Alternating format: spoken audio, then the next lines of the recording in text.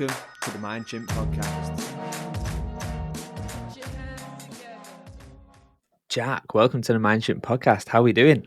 Very good. Thank you for having me. No, it's an absolute pleasure to have you on. We go back a bit in our consultancy days. So yeah, it's nice to finally get you on this on the third season. Yeah. But it hit me straight away. I was just doing some research on you, Jack. Like, apart from the person who I know, but then I was like, actually, maybe some of my guests don't know you. So maybe give us a bit of your log line first. What is your log line? A log line, which is, I think, always a tough one as a consultant, because we were joking about it before, weren't we? But A, it's a difficult one to explain to grandparents and actually parents. But B, even sort of friends and family, sometimes the blood rushes from their face when you explain it. But no, if I had to say short, sharp, snappy, I think I'm very passionate about helping people and helping companies either grow themselves or create environments for others to be their best. I've this. Someone told me this in my last job, which I loved. It's like no one comes to work not trying to do their best, or no one starts a job not trying to be their best self or do their best. But then eventually, the environment or various other factors can drag them down before they know it, they're not nowhere near where they wanted to be at the start. So I like to think that I try and help either individuals find out what that is, or companies create the right environment for their people to grow. Nice. Not really a log line, more of a log paragraph, but oh, good, because we're going to get into it in a bit anyway. But yeah, I mean, Jack, for my listeners, maybe give us a bit of a brief intro of your kind of career, who you are and where you've come from, I guess. Yeah, sure. So started at Accenture, which again often gets the blood rushing from people's faces. But and I had a few years there doing big tech digital implementations, actually as an agile coach at one point. And then sort of 3 years into that, I moved into Accenture's innovation team, client innovation services, which was a fantastic move. Loved the work that we were doing there. And then actually towards, I guess, 2 years in, we merged with What If, an agency that Accenture acquired a little bit before that. And then spent my last sort of year or so during my time at Accenture within What If, again, continuing to do innovation work, but then slowly starting to move into What If also did a huge amount of culture change work. So slowly starting to do more and more of that. And that was really what prompted my decision to move to where I am currently, which is a consultancy called Profit, because I wanted to do a lot more of culture change, organizational change work, which is what I've been doing for the last 2 years at Profit. So Profit, much smaller consultancy that most people wouldn't have heard of. Well, we describe ourselves as a growth and transformation consultancy, but really do everything from brand, marketing, experience and innovation, and then culture, which is where I specialize. So the What If era was when you and I met, which actually weirdly feels like a lifetime ago, but very happy days. And yeah, that's sort of where a whistle-stop tour of where I got to where I am today. Nice. And I want to needle into a lot about a little bit later on. But I want people to I want people to understand the Jack before the consultancy Jack, I guess. Okay. But before we do, I want you to pick a number between 1 and 12 for me, please, Jack. I'm going to go with 4. 4. Okay, perfect. So the number you've just picked links to a killer question, which I have. Cool. And the killer question which you've picked is, and I don't need the answer for this just yet, but it's, what's the one lie you're still telling yourself? Okay. One lie I'm still telling myself. Yeah, and we'll come to that a little bit later on. Wow. Okay, so Jack, I want to take all the way back to when Jack was in school, a little bit about who he is. I guess the first thing I want to know is when you was in school and the teachers go, Jack, what do you want to be when you grow up? What was the answer you would give? You believe it's not that I wanted to be a consultant? I mean, maybe. It's so interesting because it's like, I don't know, I've got a 3-year-old at the moment, and obviously I'm not asking him those kind of existential questions at the moment. But when you are a lot younger, I guess your dreams probably go into the more slightly less realistic sphere, perhaps, if I may say. So I played a lot of sport. I was really into my rugby at school, and I'm still really into my golf. So I think if they'd asked me then, I would have said that I wanted to be a professional sports person. Depends on when they asked me. I guess when I started realizing that I probably wasn't good enough to make it in that world, I probably started getting a bit more realistic. And I actually studied mechanical engineering. So if you asked me that at the start of my degree, I might have said I wanted to be an engineer. But I think slowly as I moved towards the end of my degree, I realized perhaps engineering wasn't for me. There are lots of transferable elements that I felt I could apply in my later world, but then found the working world and sort of stumbled into consulting really.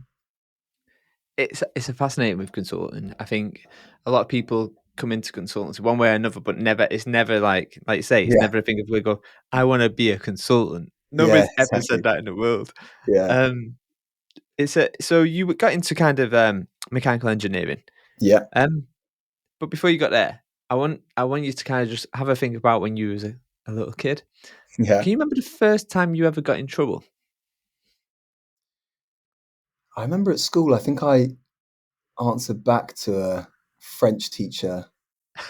Um, I mean, firstly, my French was awful, so she was probably coming in on the front foot to tell me about how badly I'd done. And I think she was like asking. It was at a cricket match, and she was asking around um, who was batting next, and she was asking about like cricket boxes or something.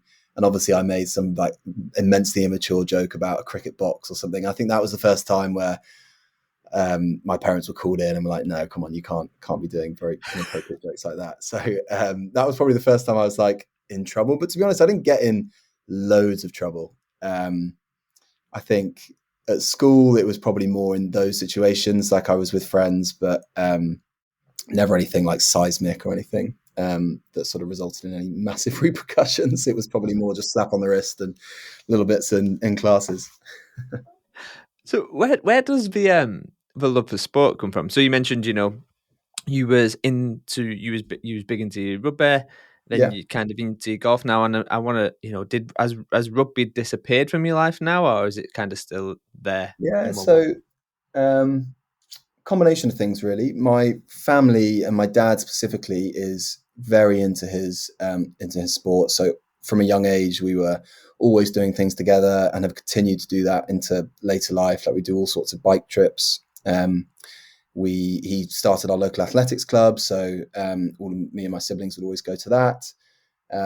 So that was where it sort of was fueled at an early age. And I have a younger brother, and we're really close and often would do things like that together all through the school holidays, go up to the golf club and just play for hours. So I think that was where the love of sport really started. And then the school that I went to was also very big in sport, and sort of I was taken on board, if you like, by the rugby team there, and was massively punching and trying to survive and stay in the team. But I think that did help me over the years, fall in love with it a bit more because I was trying to grow and trying to develop, but then also learn a lot in the process. And I'm a big believer that certainly for me personally, my experiences with team sport has taught me a huge amount that I feel like I've taken into the working world. And if I were to look at where I feel like my strengths are now, I feel like a good chunk of them come from those experiences. So yeah, luckily it stayed with me. I played a little bit at university as well. And again, there I was able to do a more leadership role. So that then I believe also transferred into what I hope to do a bit more of now in the workplace. So it's always been quite present. I'm therefore then quite passionate about it outside of actually playing it. Don't play rugby anymore because it was far too difficult on the joints and the body, and also on time. Like as you know, as we get older, time becomes more precious, and I couldn't spend every Saturday playing rugby. But yeah, I felt like I left it at a good time in my career in inverted commas. I didn't do anything obviously professionally, but for me it was I had some lovely years at school, lovely years at university, and then when I started working and getting in a serious relationship and enjoying life outside of rugby, that was also lovely in itself. Nice. I find it quite interesting the dynamic shift, and maybe not for you too much because, like you say, you was doing golf at a younger age anyway. But you've got one team, you've got one sport over here, which is a rugby, which is all about the team. The kind Mm. of it reminds me of that book where they talk about sweeping the shed legacy. is a Oh great yeah, book. Legacy is brilliant. Yeah. Yeah, and is that and I love that. I use that analogy quite a lot, that whole thing of sweeping the shed. Mm. But then you've got golf on the other hand, which is a mental game. It's a game where one shot can put you off for the rest of the Yeah. game. Yeah. Um, but yeah, it's in some ways kind of a solo game. It's a It very is. But did you so yeah. watch? I don't know if you're not that into golf, you maybe didn't. But the Ryder Cup was on recently. That was Okay. fascinating. So for context, it's and for maybe listeners who don't know what it is, it's Team Europe versus Team USA. 12 best golfers from Europe, 12 best golfers from USA, and then you have a captain who's an ex-player who, well, first he picks the team, but then they make decisions on the pairings. So you put two golfers together against two golfers from the USA. And it was fascinating because, well, firstly, it's a team golf event, which is unique in itself. Secondly, it's brilliant because the fans get so into it. And for golf fans, it's just, the Mecca. But this year, particularly, I thought was really interesting because you had two very different captains and two very different groups of players. And actually, the European team, the captain there, made a huge thing of understanding the team dynamic, the relationships between the players, who to pair with a more experienced golfer versus a rookie. And like he put a huge amount of thought. He used a load of data to look at the pairings that have worked well in the past, but basically trying to get below the individual element and look at how people could work together. Mm. Versus the Americans who, okay, I'm sure they did do a little bit of this, but the perception that we got as an audience was that it was more of a team of individuals that perhaps didn't gel as well as a unit. And therefore, when you start putting two players against two players, that cohesion really falls down because if you're playing with someone and you have to, if they're teeing off, you're taking the next shot, they're taking the next shot, you're alternating shots, and you put your partner in the bushes after they've put you in the middle of the fairway, there's a sense of guilt there. And if you don't have a good relationship with them, quite quickly you can fall apart and you start dragging each other down. So the reason I reference it is because I thought it's a really interesting example of an individual sport at a team level where the contrast between a leadership style and the emphasis they put on the culture of that group had a huge impact. Europe won quite comfortably in the end. So yeah, it was a really interesting example of that. But golf generally is a very solo sport and certainly a very mental sport. Yes, it's definitely one what's testing. I think that's the best way. So I guess my background is football. Yeah, I did mixed martial arts and Brazilian jiu-jitsu, and then nice. golf. Not so much golf. I enjoy golf, but I'm not like it's not a Okay. thing I do every day, every Yeah. other week. Um, but I remember the one thing what golf gives me is patience. Brazilian jiu-jitsu is the Definitely. one thing what's kind of gone. No, this is how you play chess, and this is how you think ahead, Yeah. and this is. Yeah. But golf is one where I'm like, because everything it's like you can swing the ball 100 times, and it's just that 1 degree, and it's off. So Yeah. there's something around that headspace, I think.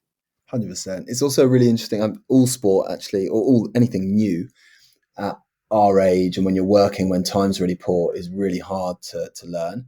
Golf, I think, is probably on the more extreme side because it does take a lot of time, both to play it and to learn it. But then the upside of that is that you do push through, and if you do get to the point where you're then able to play golf, I think you do learn a huge amount of patience and probably resilience in some ways. If you see my golf, I think you probably understand. But it's just, I think that and learning anything new at our age, I think when you get to the other end of it, you look back on it, and I think you can then transfer that experience and the learnings from it into so much other stuff that you do. And I feel like golf, even though I learned at a young age, I've seen friends go through that process, and I think there's a lot to take from it that perhaps people don't realize. Yeah.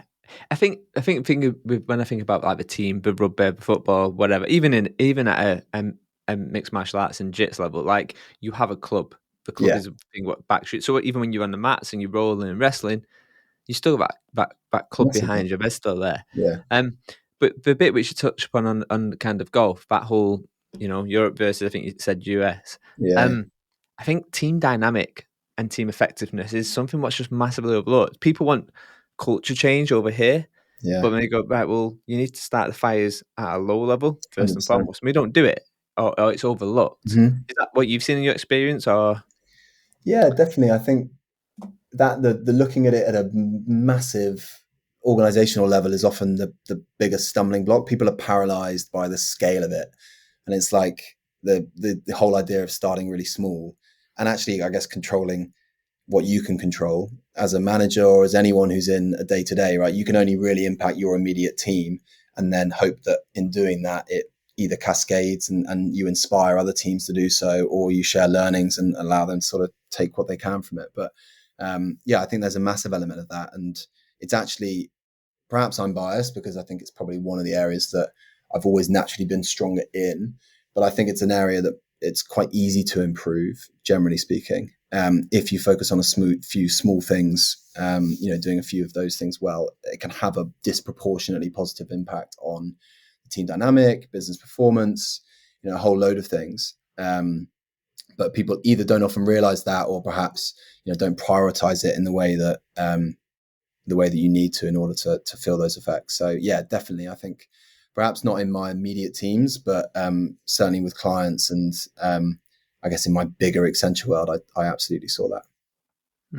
It's an interesting one. It's a thing of, I think people want the quick fix. They want the big picture, and that often the quick fix comes in the small, like you say, the small tweaks, the small little experiments. Exactly. Or you're trying to see everything at, I don't know, we have to change everything now. We have to change. We have to behave like this tomorrow. It's understanding that doesn't happen. You have to do it incrementally, not only because you're trying to change in a massive way, but also because like people then view this big thing as something that they can't achieve. And that's the least motivating thing in any walk of life. Like really to change in any way, you need to understand that it's possible and you need to have some success early on. Like that's what Atomic Habits, Tiny Habits, they all reinforce, is like, if you're trying to create a new habit, there has to be an element of feeling good. Like you don't really change if you're not feeling good. So, I mean, it's classic, right? But even training for a marathon, you break it right down. Why don't we apply it and go on a 2K run to start? Why don't we apply that same logic in the workplace? And I think we could do more of that with changing behaviors and trying out new ways of working, whatever. Spot on. And I think you bang on. I think, even when you look at, say, the Premier League, right? Like, to win the Premier League, you have to reverse engineer. This is where you want to end up. Okay, well, let's just take one game at a time. Well, let's go even further. Let's take one training session at a time. So I think you're spot on. But I want to needle in on something, and I'd love your take on this. Like, years ago when I was in school, I think Jack, I think you're younger than me, right? So I'm 40, so I think you're younger than me. Okay. Maybe. Okay, this is where Jack says I'm 21 and I've just made it massive. definitely not. When I was in school, we didn't have participation medals. We didn't have. Yeah. It was like you get up, you train, and you just go for 1, 2, or 3, bronze, silver, gold. And then time and time again, now we're hearing about people having participation medals. And I guess it sounds like from your background, you've got this really, this really kind of sporty family. But your dad, I think you talked about, and like competition is in there, like healthy competition's in there, and being sporty is. Do you see something like this kind of participation being a net positive or a net negative? Oh, it's such a complex topic, because I think there's like shades of grey. I think ultimately, if you ask me, had to say, I would say it's probably a net negative. But I think there are shades of grey within that, depending on the audience and like what the objective is. Like, is it just that you're trying to get them into sport, or is it that you're trying to help them improve and grow as a person? Get them into something that might be in the workplace or sport. I always love, there's Whiplash, which is a fantastic film. What's this? Is like, there's no more harmful words in the English dictionary than good job. And I think for me, I love that because I use that a lot when I'm trying to think about work and how I'm hopefully helping others develop and like actually giving feedback. But then I also think about it in my own life and actually, how the environment that's helped create me and my dad and other people throughout my life that have been positive and fantastic influences. And also how I'm then thinking about parenting now, although my son's only 3, so he's well away from that. But it's really fascinating. And it comes up the whole time in what you read as well. It's like, if you praise the outcome, I'm veering a little bit away from your question here, but bear with me. If you praise the outcome, like, you're really clever, and you see this all the time with kids in school, like, oh, you're so smart. They then become, throughout the course of their, I guess, learning journey, they become far less likely to take risks and to try new things. And they learn the syllabus, they learn the answers, but they don't learn anything more than that. They don't grow any resilience, and they don't understand what it what failure looks like.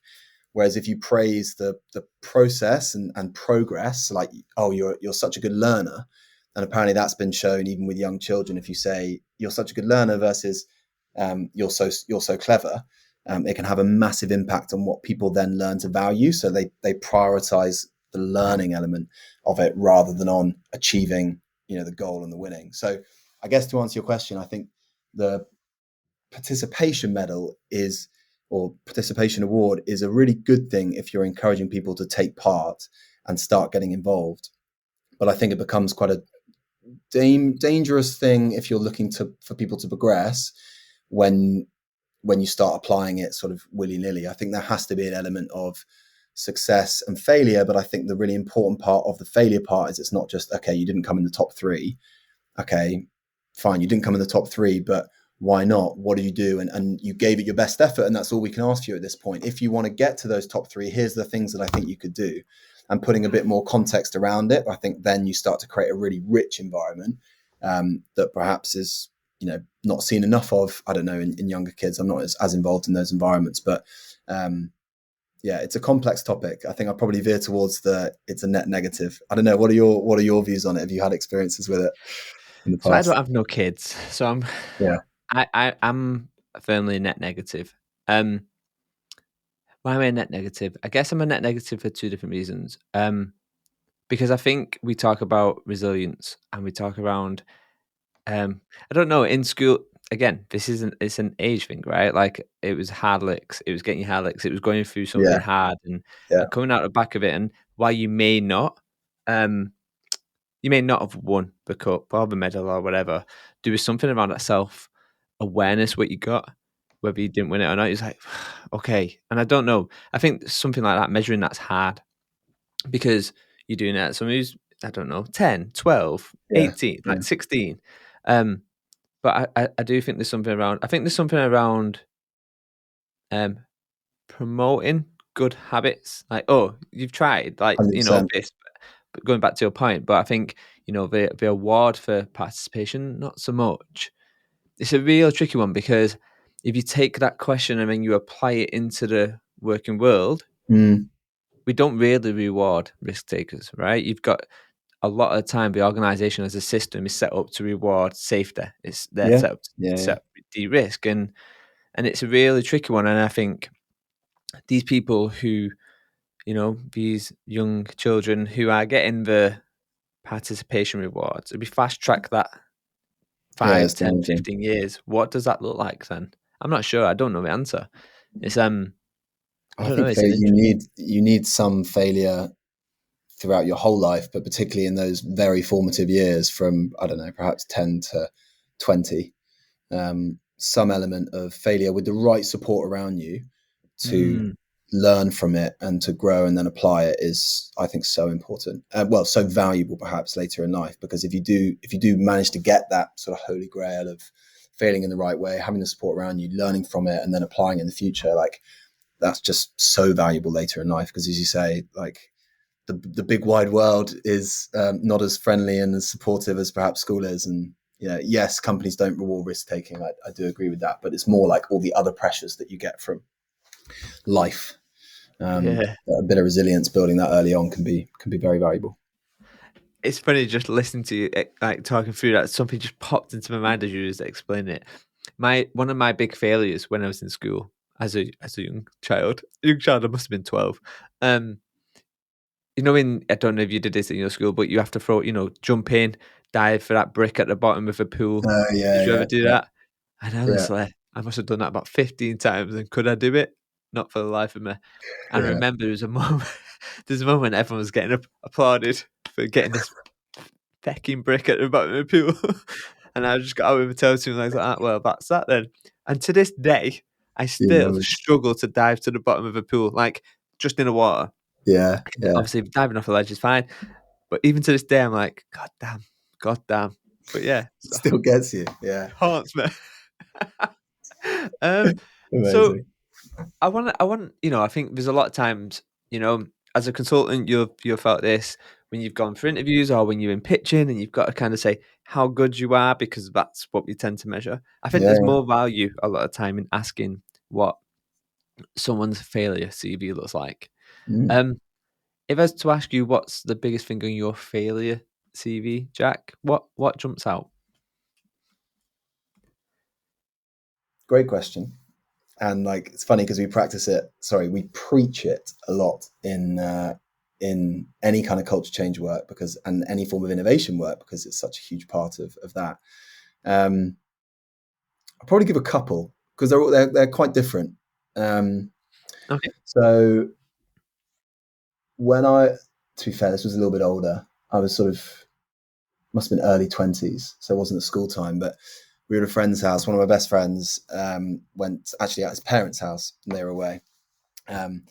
Party, it wasn't a crazy party, but we were having fun. And anyway, I fell over into his table of lovely glassware, basically, and smashed it.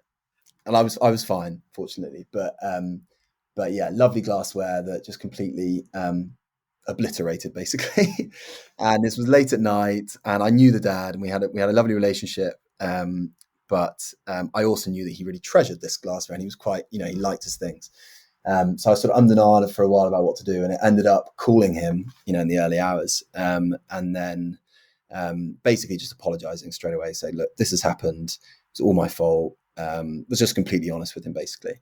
And he was coming down to the house anyway the next day. So as soon as he arrived, he gave me a massive hug, was like, thank you for telling me.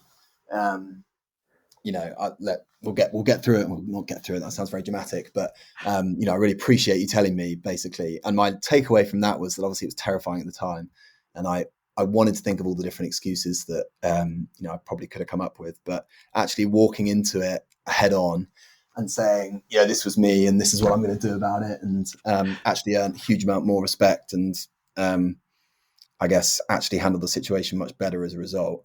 So that's taught me, I think, to walk very much into the danger and sort of own it, even if it seems horrible at the time. And don't get me wrong, I'm no saint. I definitely don't do that all the time, but it's certainly with things like that really helped me. Just for the record as well, when people watching this, Jack was trying to turn the light on in the room. Oh yeah, sorry. I was like, what is this madman doing? Yeah, sunset put me into darkness, and I had to sort of dance around I'm on my own in the room, luckily, so no one could see. So yeah, that was number one. I think the other thing I mentioned my dad and brother and I used to do a lot of cycling events. We did Land's End John O'Groats Nice. a little while ago, and on third or fourth day I started getting massive knee pains and basically couldn't continue. But so I had to sit out one of the days, and then the remaining 2 days I had to be sort of shielded behind the other cyclists. I was very much like the sort of invalid that was being carried to the finish line. Anyway, I got to the end, and I was kind of a bit gutted that I missed this 100 miles or so of the total journey. I didn't feel like I'd really done it. So then coming back, my dad sort of sensed that I was gutted and was like, so that's the sort of failure, if you like, even though it was injury related. But on the way back, he was like, basically, we got out of the car driving us back to where we were stopping halfway, sort of 70 miles early or whatever it was. And then we made up the difference in the total over that time, which was like, obviously dad had done the whole thing. So he was unbelievable to do that extra stuff with me. But it was also just this idea of, okay, fine, there's injured, there's a setback, you can do something about it. You're also reacting and going the extra mile for someone else. I was so inspired by that I generally try and apply that in whatever small dose you can in your sort of working world.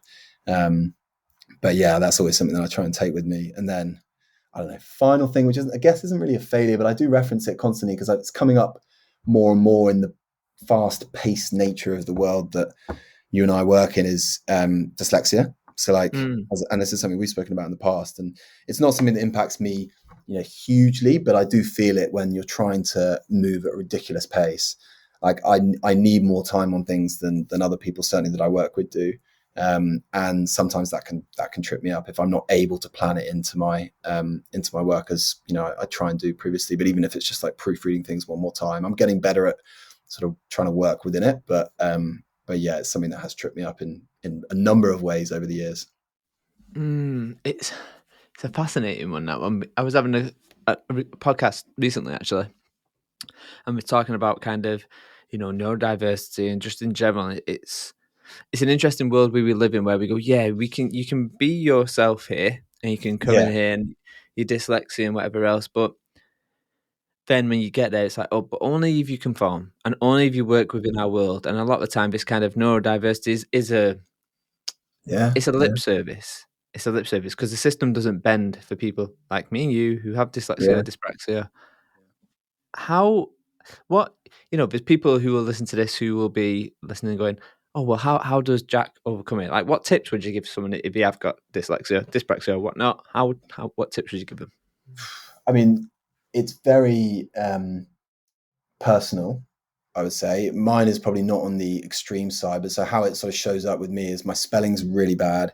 I will often in the same sentence either say things in like a different way, or if I'm writing, spell things in a different way. Like there's limited consistency with how I either write or think about things. Like the sort of basic rules of grammar in English, like just don't register with me, no matter how many times I've tried to apply them.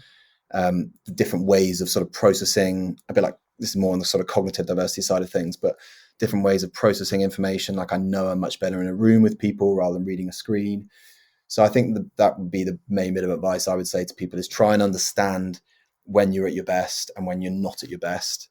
And as much as you can, construct your day-to-day environment to have as many of those when you're at your best moments as possible. Like I'm coming into Mm, the office more than I was doing during COVID, well, not during COVID, but immediately after COVID, for example, because I've seen that I'm much better when I'm in a room or sitting next to my team, and I can either bounce things off them, or when we're talking through things, we can do it verbally and either whiteboard it or whatever. I'm much more effective, and I'm a better learner in those environments.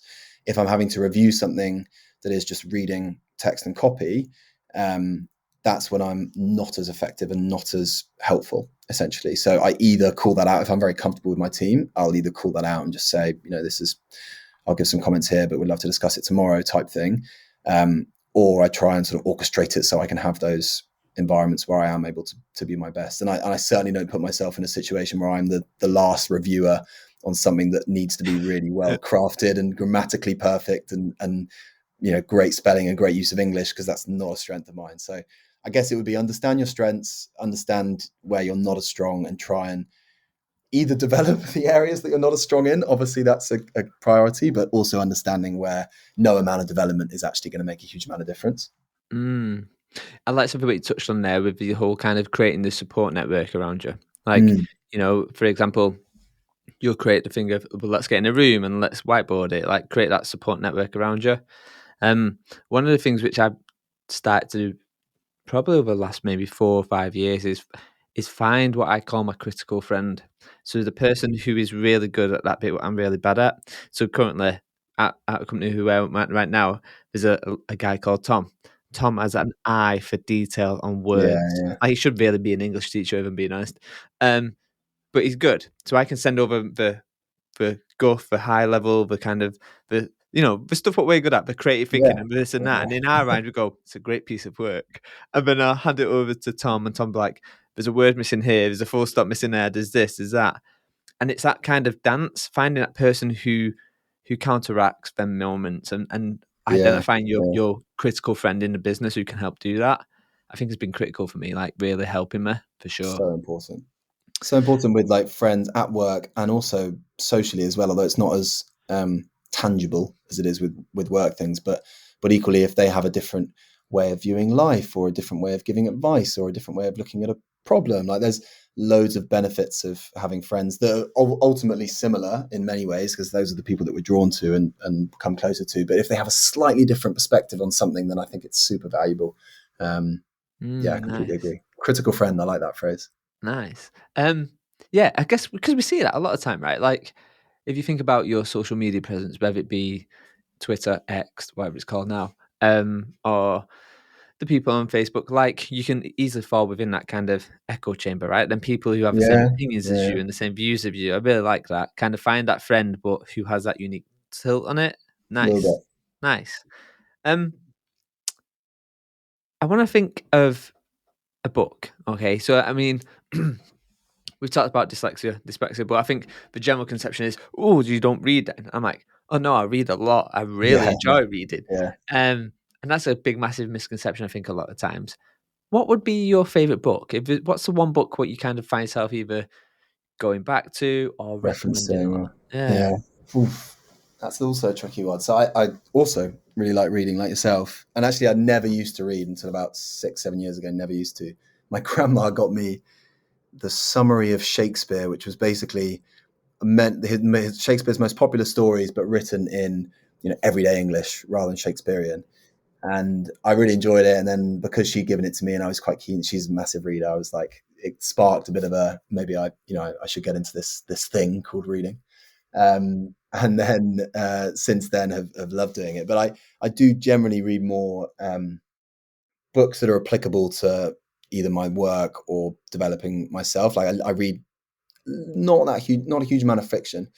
So I think the top, I don't know, 2 or 3 I'd say would probably all be in that category rather than in the fiction category. Although I am actually trying to do more fiction now because I do think it's a nice way to expand your thinking and your creativity. But to answer your question, the one I'd probably reference first of all would be Tiny Habits, which is, most people know of Atomic Habits. Tiny Habits is similar, obviously the same concept, but I personally enjoyed it more than Atomic Habits. And Mm-hmm. that's been massive for me because it's all around breaking down something, like I was saying at the start, breaking down big change into very small chunks, latching and trying to build habits on top of existing ones. So like the classic one they give is you always brush your teeth every morning. So if you want to start a new habit, you should do it either before or after you're going to brush your teeth, because the trigger is something that's just ingrained in you. So I love that, and I use that now in work because we're talking about how you change behaviors in an organization, and it's all around breaking it right down. And what if we're big on this, and we're big on it at Profit as well. It's like experimenting with new behaviors, and you don't do it by saying, okay, all of a sudden I'm going to be more courageous, or I'm going to be more collaborative. So I think that construct and that way of thinking of saying you don't change by all of a sudden clicking your fingers, you break it right down, and you reinforce the habit by celebrating and by feeling good about it. That's something that I think is massively transferable.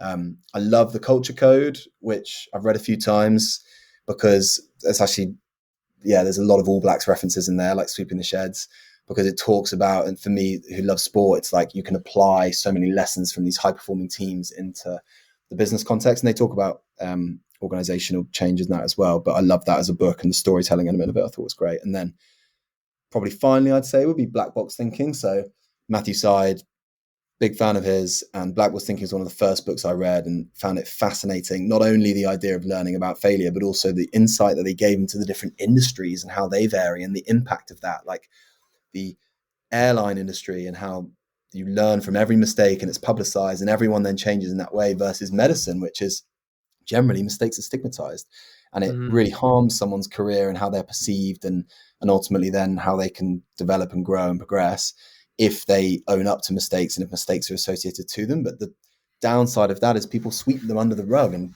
no one learns from them, and then no good comes of what is a very horrible event, and then it's just repeated in the future. So I found that fascinating because he applies it into real world context that you can understand. But then I think there's so much of it that's relevant to our working world today around, we're saying at the start around general appetite for risk is quite low. But if you do it in a controlled environment, the idea of failure being a fantastic opportunity to understand what you could do differently is super valuable. Yeah. I love Black Box Thinking. I'm so glad to hear that's on there. There's a great story in there, which I think it's Black Box anyway, where it's around a surgeon and a nurse, and the nurse knew the surgeon was doing something wrong, but it was a case of you can't challenge up, you couldn't challenge It's the crazy. hierarchy. I It's really love it's that. often the psychological safety example, isn't it? It's like, I mean, that's what Amy Emerson constantly references. And how dangerous is that? Like, you're talking about, and how ingrained is that as a behavior when you're talking about someone's life?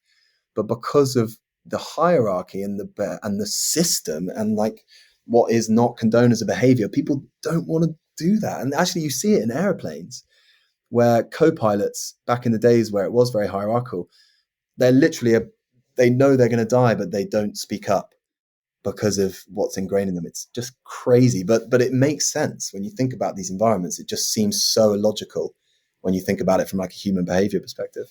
It's bonkers. It's Yeah, bonkers.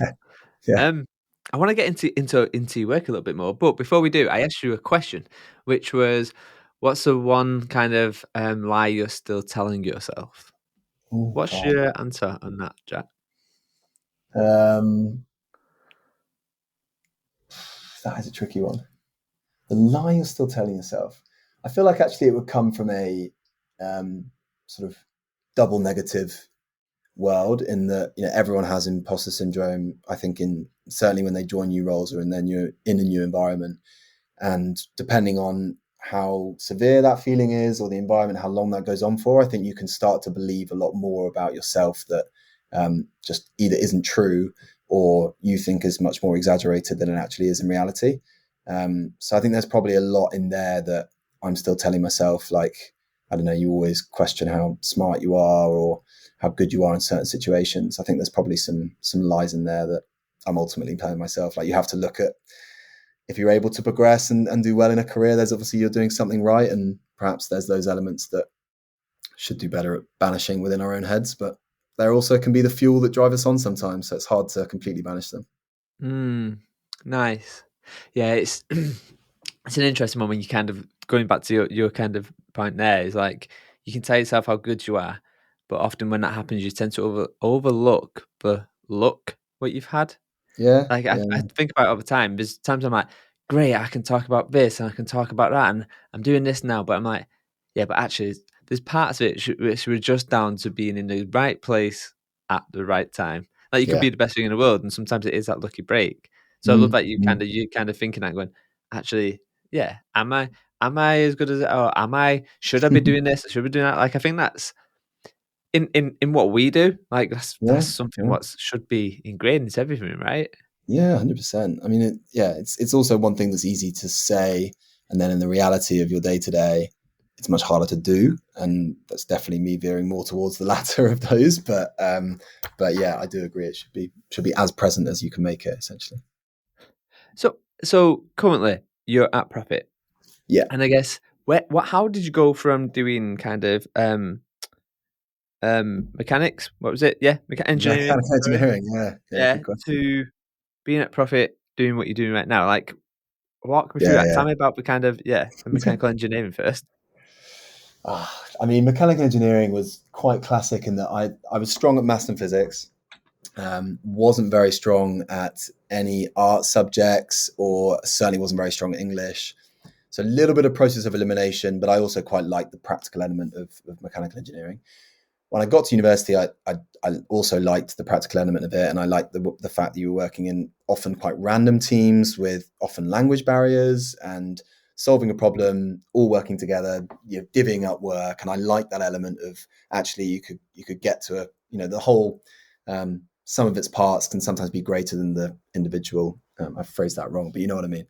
Um, I like that element of it, and that sort of kept me going throughout university, I think. But towards the end, I realised that I didn't like the idea of being, I guess, working for a big engineering company, being sort of on a big site somewhere, away from, I guess, to be honest, at that stage in my life, away from the social and fun life of a big city. So that was a factor. And then I did actually try 2 engineering-based jobs for 3 months. I did engineering drawings for a furniture company.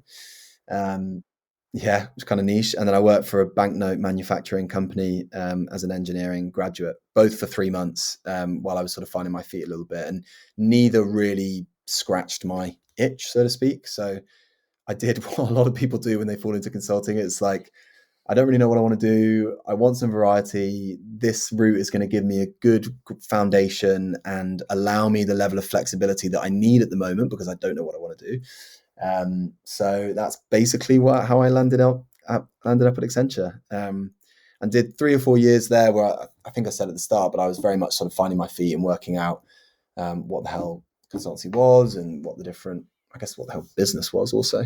Um, and then started hearing about this thing called innovation, and started meeting a couple of people who were in that team at Accenture, and it sounded like really interesting work. And it was exciting, and it is exciting, but certainly at that time it was exciting. It was shiny. It was like workshops, which I found myself really enjoying. I liked the idea of sort of not being constrained, but then using a really structured and fun and interesting process to get to a much richer outcome. I love that idea of it. So sort of crowbarred my way into the innovation team, and the lead of that team, a guy called James Leach, who's big influence on at that stage of my career, was fantastic at sort of putting up with my crowbar my way in. But I guess that also taught me that determination can sometimes get you what you need. Got myself into that team, and then the integration with What If was a fantastic thing for me because I loved so much of what they brought from a playfulness perspective, how wonderful they were at codifying their different tools and techniques, and the power that can have with an audience, and then also that because they then applied the concept of experimentation in changing company culture and behavior.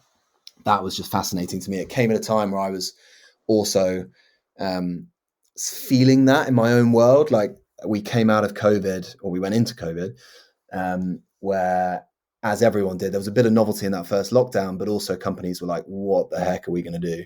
And our team, when I was in the innovation team at the time, were brilliant. We really rallied around.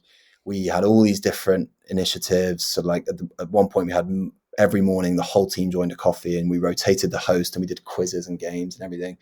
We then ended up doing end of the week sort of games, and you had dressed up in different groups, and you had teams and stuff. It was brilliant. But I quite quickly became one of the key organizing sort of forces behind that. And I loved not only the feeling of helping people through COVID, and people did say that actually the team environment we created really helped people through that difficult time, but also the idea that you were like creating this sense of fun and like helping people go back into their day behind a screen, but having either brought a level of energy to their day that might help them with their next task, or just brought a smile to their face. I love that feeling that I was sort of directly impacting that. So I think that coincided with joining What If, or What If coming, sort of integrating and understanding that you could sort of do this as a career, which I didn't actually know a huge amount about. And I sort of, by do this, I don't mean sort of run weekly quizzes, but change company team culture. Change team culture and change the way that people work and change people's behavior in a workplace. So those two things coincided really nicely, and was able to do that at What If for a while. And then I think, to be honest, just because I'd been at Accenture for almost 8 years at that point, I felt like a change. Profit opportunity came up, and we are super strong at organization culture is the name of the practice, if you like. But yeah, culture change work. Loads of great partners who have a ton of experience. So I saw that as a really, really good learning opportunity, and it has been, which is fantastic.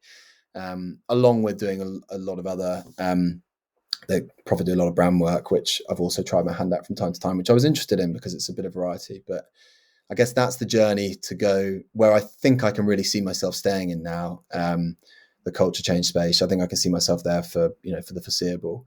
I'm doing fascinating work with clients at the moment, and like it's exactly the kind of thing I wanted to do when I decided to join Profit. So yeah, it's been a great move, a long journey, but yeah, it's, I think in my head, a fairly logical one, but also a fairly serendipitous one. Like, I'm a big believer in, I'm very lucky to get where I am. I'm continue to be lucky in almost every day with things that seem to be sort of either presented or opportunities that you have to take, of course, but the things that sort of come my way, I'm very grateful for, but equally very aware that I've had some good breaks over my career. So yeah, there we go. But not really a whistle stop tour. I was going to say whistle stop tour. No, that's good. That's good. I think to me the best careers, the best connectors, the best kind of thinkers have to have that squiggly career. It's Yeah. less of a nice linear path and more like crazy paving. Yeah. And Good. I think if you're working in innovation, or you're working in design, or you're working in some form of employee experience, people experience, or whatever, like you need that. You need that craziness, that squiggle, Yeah. Yeah. for sure. Well, it brings What? such a rich. It's like if everyone has that. And actually, we did a piece of work recently for a client all around how do you drive greater cognitive diversity within teams and company. And a big part of it, and Matthew Side has a great book on it called Rebel Ideas. A big part of it is recognizing what different people bring to the table and then creating an environment so that they can bring it to the table. Because not only is it, to the point earlier around the doctor and the nurse, not only is it safer, but it's also, you're going to get to such a better outcome. And you need it in today's world, right? It's changing so quickly. The need to be agile and innovative has never been, creative has never been greater, but you don't get that from being in a very homogenous group or environment. Yeah, 100%. I think that's how ideas evolve, right? It's because Yeah. if someone goes, yeah, but if you thought about it this way, like that diversity is Yeah. massive. It's interesting. I'm talking a lot at the moment around when you look at the employee experience, and I had this conversation years ago in learning development, but ultimately your people are subscribing. Like if it's a subscription service, like how you subscribe Yeah. to Netflix or whatever, people are subscribing to your work.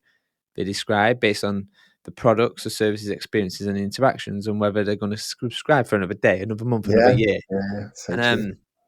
but I think sometimes you couldn't get to them without having a bit of a background in product design or having a bit of something in engineering, mechanical Yeah. engineering. Like you Yeah. need to be able to reverse engineer and see things differently. And Massively. yeah, I think it's a nice way of putting it. Thanks, Jack. You're welcome. So I guess talking about profit then. So I don't know much about profit. Well, I do. I know a few people who work there, Yeah. yourself Yeah. being one of them. But yeah, like what? And I know you're probably not going to be able to share too much because I mean you both know the life of NDAs is an absolute joy. Yeah. But yeah, what's kind of tell us a little bit about some of the work you're doing at Profit. Yeah. So I guess 30-second overview of Profit. So it started as a very much a brand consultancy, and that's still where our heartland is. But over the years, it's evolved to do brand work, but then logically, there's sort of natural streams that either come off the back of that or lead into brand work. So you can see an evolution over time. But it's like we now do a lot of marketing work. We also do experience and innovation work, and then organization and culture, which is, I think I said at the start, but that's where now I am predominantly focused. And so fortunately, that's where all of my work is centered around at the moment. And can't say clients, but big multinational companies, sort of 40, 50, 60,000 person in terms of size. So as you can imagine, big cultural challenges that come with that. And both of them are quite established as organizations. So, and have had great success over the years. But with the macro environment changing as it is, increased competition, all of the classic sort of criteria that come into the recognizing of the need to change your culture, they're both at a point where it's like, okay, what are we actually going to do about this? How do we make our people, or how do we help create an environment for our people to help us grow as a business? So we're not just creating a nice culture for the sake of creating a nice culture. It's very much in line with what we're trying to do as a business, and actually shifting the organization's mindset. And that's a big part of what we did at the start of this engagement, is like, how do you help the business and people within the business see that culture, like your organization's culture, isn't something that happens on the side. It's like, it's everything. It's like how you do what you're trying to do at a business level. It's like how you work, it's how you show up, it's how you behave and interact with employees. It's like, it's integral. And a lot of that is a lot of the fight, if you like, as I'm sure you've experienced, is helping people understand that. The work itself, I guess, in a sense, once you have a little bit of that buy-in, becomes a bit easier. Once you know where you're trying to go as a business, it's actually not that hard to define the culture that you need in order to achieve that. The really hard bit is then going from where you are today to then the culture that you're trying to get to tomorrow. And that's the stage of the journey that we're at the moment. So we've defined where they're trying to get to. We've done a really robust research piece on where they are today, like a number of interviews, ethnographic safaris, a big survey where we're getting as many different perspectives and countries' perspectives as possible. Nice. To say, okay, here are the changes that we then need to make moving forwards. And we're now at the stage of actually making those changes and trying to understand, how do we go from what's essentially still words on a page, even though people are aware of it and are really excited about what it can bring, to actually changing how people show up and behave on a day-to-day basis. So yeah, as I said at the start, a fantastically exciting journey to be involved in. I feel very lucky that I'm able to, what has been a passion of mine for a while, to actually be applying it in a real environment, and also at the prospect of feeling like I, in some tiny shape or form have contributed to creating a better environment for people to either be more themselves, but also to be at their best at work. I feel like that's just, for me, nothing more motivating. It's an interesting one. That thing right at the start around passion about helping people develop and grow, and throughout this whole conversation, it's come time and time again. And Yeah. I will come to it in just a sec. But there's an element which I hear from you, Jack. Like there's an element of playfulness. Like when I Mm. think about, when you think about consultancies, there's always this thing of you've got to be this polished person and you've got to Yeah. know the answer for everything. And for me, I think there's so much value in me saying, I don't know. I don't know the answer to that question. Yeah. I'll Yeah. find it out, but I don't know it right now. And it's interesting. I think at consultancies, we can't be seen to not have the answer. Yeah. Yeah. I think So that true. tends to be a bottleneck. How do you overcome that? Like, do you? And I guess it's more as a general question rather than you, Jack, and Profit. Yeah. But like, Yeah. how do you overcome something like that? Oh, it's like, first of all, I don't think I have an answer to that because I don't think I have overcome it. And it's something that I still try and work on to this day because it's so funny that my wife tells me off the whole time for it because and actually friends as well, like I struggle to not jump into problem solving mode. It's like, because that's like what we do and you have to give an answer to solve a problem because that's like what we're paid to do. Actually, then it's not always the right way to approach things. Okay, fine. In a client context, sometimes saying you don't know the answer, ultimately, if they're paying you to bring you the answer, you need to bring it eventually. But in a personal context, sometimes you just need to be there as like a pair of ears and show that you're listening rather than trying to respond. And I think it's such a valuable trait to have, but it's such a hard thing to do because it goes against human nature. And I guess especially for me, because I'm doing it on a trying to do it on a day-to-day basis, it's much harder to do. But I guess to answer your question, it's trying to understand like where you can and should come in, and also understanding where that expertise and capabilities lie. Where those expertise and capabilities perhaps don't stretch. And if you are in an environment where you feel like you probably should say you don't know the answer, it's a bit like anything, right? It's not, I don't know. It's like, I don't know, or I don't know, or here's how we're going to find out. It's like, what are you going to do about it, as well as admitting where your shortcomings are. I guess that applies in personal life as well as at work. But I'm by no means perfected that, so I might have to listen to some of your other podcasts to hear what your other users' perspectives are on that. I don't think anyone's cracked it yet, to be honest. Yeah, no. No, I definitely haven't. I'm like, I don't know. And then, like you say, it'll be a follow up with, but leave it with me. Yeah, please do. Yeah, I'll go out and Google my life way. Yeah, It's an interesting one, and I think we're kind of there's something around that transparency and that psychological yeah, safety to say I don't know. And from a consultancy, it's harder, right? Because like you say, you brought in as the expert, you brought in as the person who knows, who's the fountain of all knowledge, and sometimes it's not that. And I think the other time with consultancies, depend on which consultancy you use and who you've got. Often consultancies from, I've been on both sides of that fence. I've brought yeah, consultants yeah, in and I've been a consultant. And I think you get a good one and, they're in it with a long call with you. They're turning the decks into actions, rolling the sleeves up yeah, and making it happen. And then you've got the ones who will give you a deck and then parachute out as fast as possible. yeah. I know you, Jack. I know you're not that one. So let's put that on the record.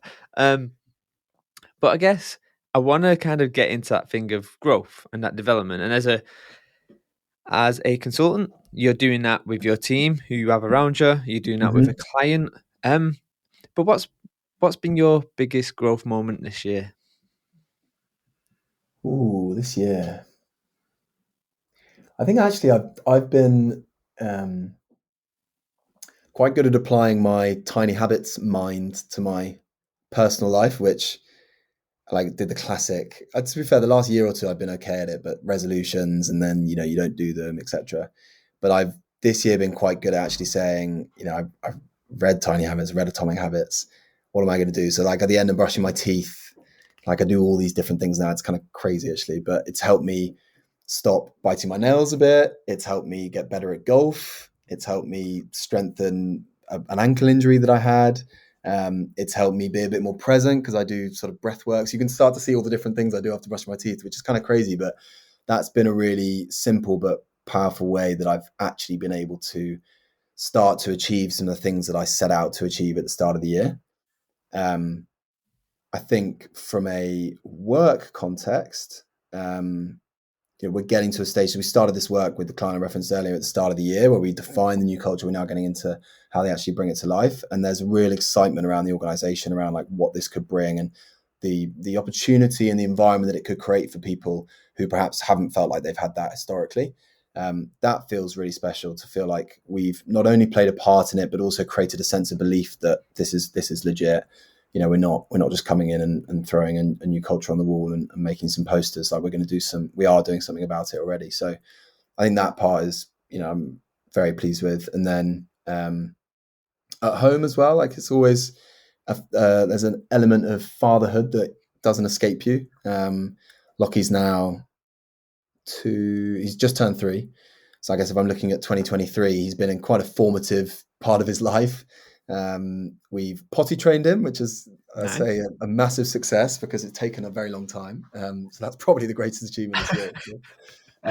But he's also just, growing and learning every day. And like, if you feel like you've had a moment with him where you've taught him something, or he's picked something up from you, and it's a positive habit, then there's few better things in life than that. So yeah, I think on a very small level, it'd be the impact that I feel like I've had with Lockie, but lots of other very different but other examples in there. Nice. I guess quite a couple more varied. questions. No, that was really nice. That was really nicely put. One of the things which we hear a lot of the time with consultants is that relationship, right? Like, sometimes you're going in cold. And when I say cold, I mean you don't necessarily know the people before you build that relationship with them. And then afterwards, relationships build. I guess for any consultants who are new coming into this kind of into this way of working as consultants, and for me, I created this something called the Dare Canvas, which is to help that. But I guess, what tips would you give to someone coming in and kind of, from a kickoff, building their relationships to have a great relationship with you and the client? What's your go-to? Firstly, I want to hear about the Dare Canvas in a minute. But I was talking about some of this the other day, because the feedback that I was giving them was that actually they came into the call or the meeting, and it was like, because we're on a tight timeline, they're paying us, and we've got to get to these deliverables, straight into the agenda.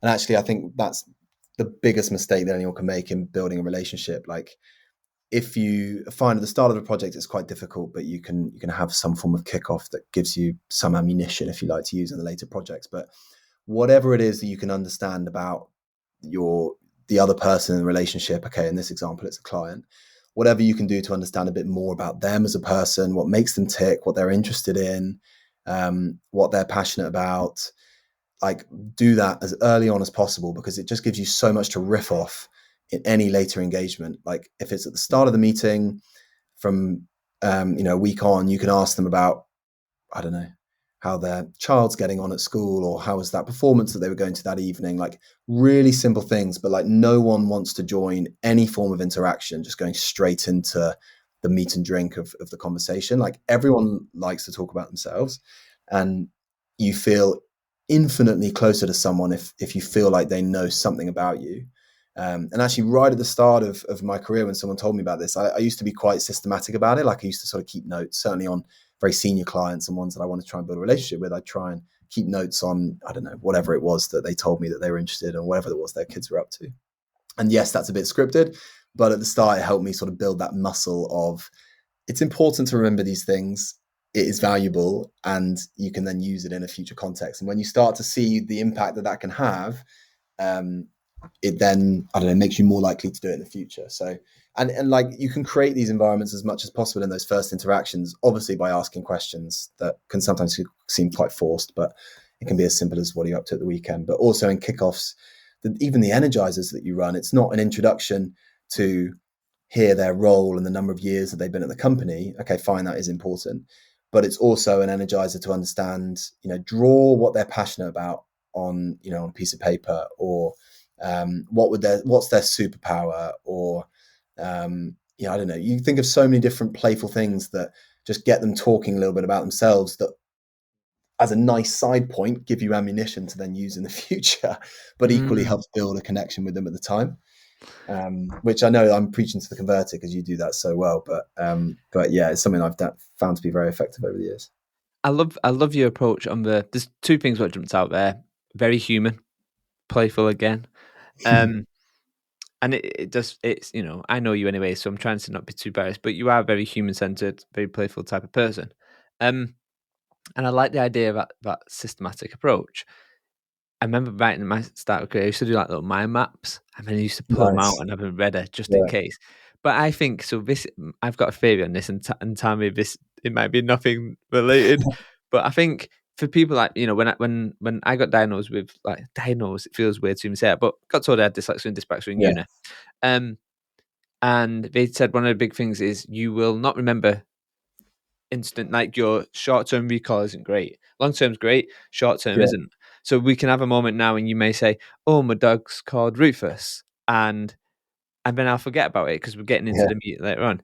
And it's like, I need to come up again. It comes back to the thing what we said earlier, creating them coping mechanisms and them support networks, and something like your systematic taking notes is Yeah. perfect for Yeah. that. It's just Nice. understanding what works for you. I think that's the biggest thing with any, I guess, job. But if you're trying to learn or grow, it's like understand what works for you, what doesn't. Try things. If they don't work, change it. Like, there's definitely things that I've tried over the years that really haven't worked or I'm not able to do. But it's like understanding why that is and then trying to change the approach, basically. Nice. Nice. Right at the start, I asked you what you want to be, when you was asked when you grow up. As you know, Jack, as you've actually threaded throughout this whole conversation, you never really stop growing. You never really Yeah, yeah, yeah. stop developing.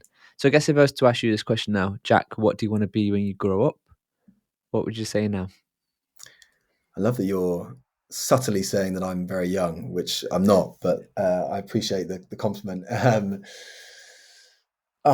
don't know. I think there's parts of, I think a big part for me would be to feel like I'm a really important player in creating this like mega rich growth environment at a company. So like whether that's in a chief people role or in some kind of capacity where I feel like I can really directly impact the culture of a company so that the people that come to work are like growing exponentially.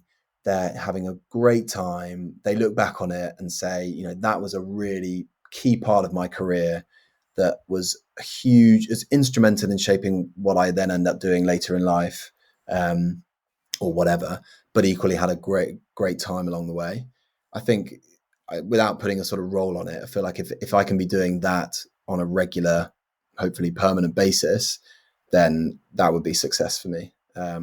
I guess naturally it's much easier to do that at a smaller company than it is at a big multinational organization, but that doesn't mean it's not possible. And I think what I'm loving at the moment, and to be honest, have done for the last 5-6 years, is I'm still very much exploring, where I might end up long term, and that's perhaps why I'm still in consulting, because it gives you that fantastic, experience in what else is out there, but also flexibility in the future to go into a wide array of different routes. So I feel like I'm narrowing down slowly but surely on where I want to focus, but wouldn't say I'm completely clear on that yet. Nice, nice. I feel like your logline, Jack, should be kind of um, the most human-centered, playful explorer. That Ooh, feels nice. I'm in the nice. Just market for, as I said at the start, I find it a very hard thing to do. So thank you. I'll take that and get it on the LinkedIn. um, Yeah. Jack, where can people follow you? Where can they keep up to date? And where can they actually chat with you? Yeah, I don't do. It's probably LinkedIn, to be honest, because I don't do a huge amount on Instagram, or I've never really clicked with Twitter. So yeah, it'd be LinkedIn, I guess. But always up for sort of random ad hoc conversations. You never know where they might go, and yeah, I guess LinkedIn would be the main place. Yeah, Jack Cooper on LinkedIn. Nice. Jack, it's been an absolute pleasure as always. Thank you very much for coming on the show. Thank you for having me. It's been a great experience, and yeah, big fan of the podcast. So looking forward to seeing this live. Yep, I can't wait to release it, my friend. Okay, take it easy. Cheers, though.